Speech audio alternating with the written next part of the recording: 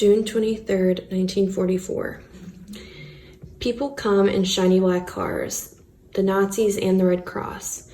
The boys practice acting like they're being fed good food. They're acting like they are being fed sardines. But they do get good food today because the Red Cross is visiting. Basically, the Jews are forced to put on a show for the Red Cross because the Nazis don't want to show what's really happening in Terezin. They put on Brundabar again, and everybody loves it. Misha runs, but misses the teachers versus engineers soccer match that Franta was playing in, and Franta played amazing. The boys start playing their own game, but Misha accidentally kicks the soccer ball over a brick wall into the Varkalbi barracks. And when Misha goes and gets the ball, he realizes this place is for people who are sick and dying, and they're in here so the Red Cross doesn't see exactly what's happening. September 24th, 1944. Misha learns that there is a transport of 5,000 people the next day. All men that are 16 years old to 55-year-old have to go. So many of the kids' fathers, like many of the kids from Nesharim, their fathers have to go on this transport. And the boys are very upset, especially because that means Franta is leaving. Franta gives this big speech about supporting each other and starts the Nesharim chant. Then Misha goes to Marietta and Mother's barracks. Misha finds Marietta and Mother arguing. Marietta has her suitcase and is yelling at Mother because she wants to go on the transport with Gustav. Marietta grabs her suitcase and Mother starts sobbing. October 6, 1944. It's the 5th transport in 10 days. Franta left and many others from the Nesharim. Marietta ended up not going with Gustav and she's very upset. The camp is practically empty. The men in the bakery says that this will all end soon because the Germans are losing against the Allies. Misha gets back to lie down and he starts questioning everything. October 12th, 1944.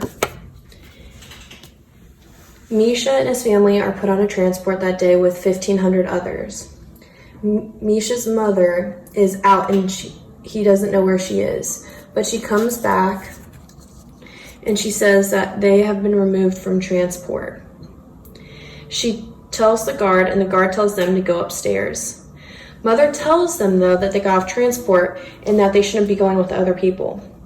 And the reason why they got off transport was because she was the only one making teddy bears now, and there won't be any more teddy bears for the Nazis for Christmas.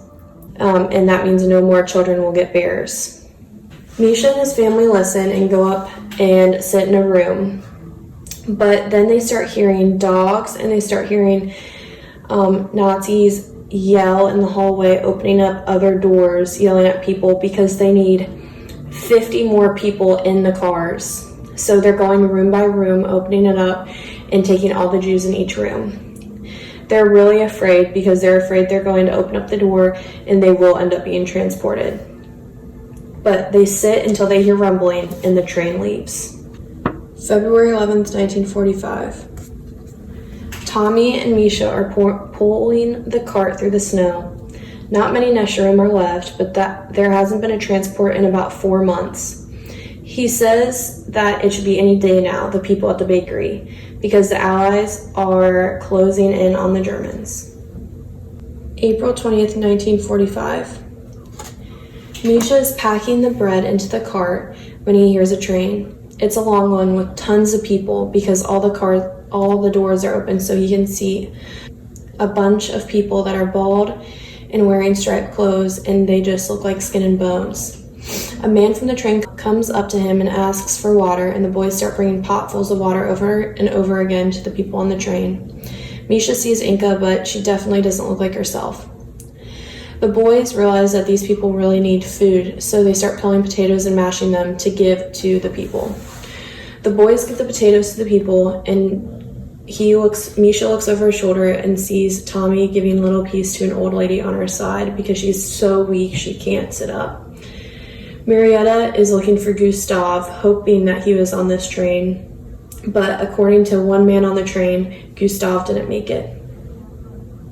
April 22nd, 1945. More people came from transports from the east. Some walked all the way from Poland because the Soviets or the Russians got to those camps. And everybody seems to be talking about gas and chimneys. And Misha starts realizing that there's no older people or kids coming back. When the boys go back to the bakery and find out that the Red Cross is taking over Terezin.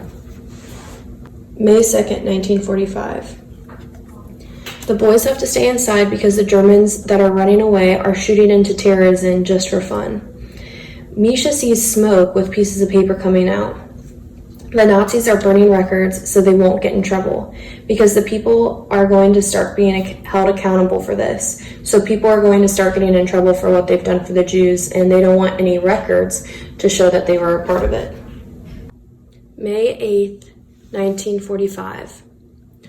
The boys are going to play a game of soccer, but they hear a loud noise. And they realize that there's a big tank, a big Soviet tank coming into camp, and the Red Cross is there, and they realize that they are finally free and that they're going back home to Prague.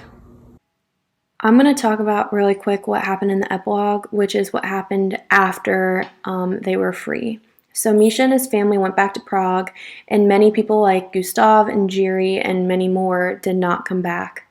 The East was way worse than anybody could have ever imagined. The Germans ended up bombing the warehouse in London where Mother was keeping all their valuables, so they weren't able to get anything back. And when Mother asked the people that she gave some of her stuff to, they pretended like she'd never given them anything and that they didn't know what she was talking about. Misha went back to Prague with one of the boys in room 1, and it turns out that they actually had to be quarantined. The whole camp had to be quarantined due to typhoid, so they had to stay together for a few weeks before going back to Prague. Then Misha starts walking and gets to a spot in the bridge where the Nesherim says that they'll meet after the war. But he doesn't see anyone, which he wasn't surprised about because he knew a lot of kids his age were killed in the camps. He reads a letter that he got from Franta, and in Franta's letter, he basically tells Misha that only 11 boys survived out of the 80 boys that did live in the room at one time, in room 7. He also tells Misha to keep the Nesherim with him for the rest of his life and to remember the things that the Nesherim was for and what he learned in Terezin, and to not forget. He also tells Misha to never to give up, and that they will finally meet again.